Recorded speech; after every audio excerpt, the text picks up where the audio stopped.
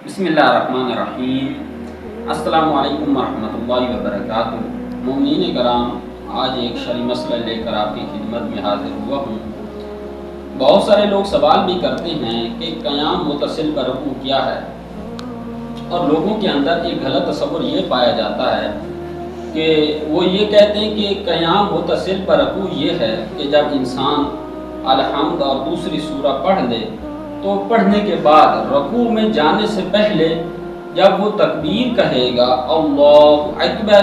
तकबीर कहने के बाद चंद लहज़ा रुकना, इसको कहते हैं क़याम मुतसिल बरकू। दरहाली के ये दुरुस्त नहीं है। आज हम आपको प्रैक्टिकल करके बताएंगे कि क़याम मुतसिल बरकू किसको कहते हैं। क़याम मुतसिल बरकू उसको कहते हैं कि आपके रकू से पहले एक क़याम होना ज़रूरी है। वो क़याम जिस हालत में भी हो, यानी अगर एक शख्स अलहम्द पढ़ता है और पढ़ने के बाद दूसरी सूरह भूल जाता है, और जब दूसरी सूरह भूल जाता है और फिर वो रकू की तरफ चला जाता है और फिर रकू करने के बाद उसको याद आता है कि मैंने सूरह नहीं पढ़ी, तो वो नमाज को तमाम करे, उसकी नमाज दुरुस्त है। वो नमाज इसलिए दुरुस्त है कि जो क़याम मुतसिल बरकू है वो उसका हो चुका है, खुद ब खुद हो चुका है कि जो उसने तकबीरतुल एहराम और अलहम्द के दौरान वो खड़ा था और उसके बाद डायरेक्ट वो रकू में गया है, तो यही उसका क़याम मुतसिल बरकू है। और अगर कोई शख्स अलहम्द और सूरा पढ़ने के बाद रकू में चला जाता है, तो यानी रकू के दरमियान और क़याम जो खड़ा है इसके दरमियान कोई चीज़ हायल नहीं होती, तो यही उसका क़याम मुतसिल बरकू कहलाता है। हाँ, अगर इंसान भूल जाता है कि जब इंसान रकू भूल गया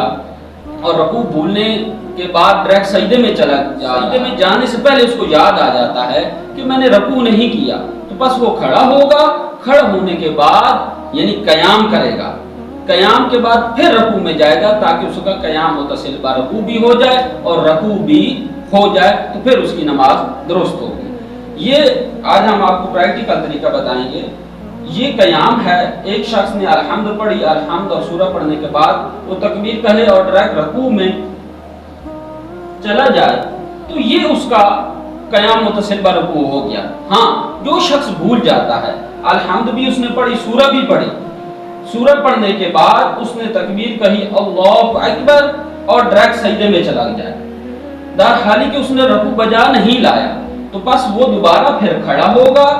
वहीं से रकू में नहीं जाएगा, खड़ा होगा प्रॉपर, खड़ा होने के बाद फिर तकबीर कहेगा, तकबीर कहने के बाद फिर रकू में जाएगा, ताकि इसका जो रकू है वो क़याम के साथ मुतसिल हो जाए, और इसको कहते हैं क़याम मुतसिल बरकू।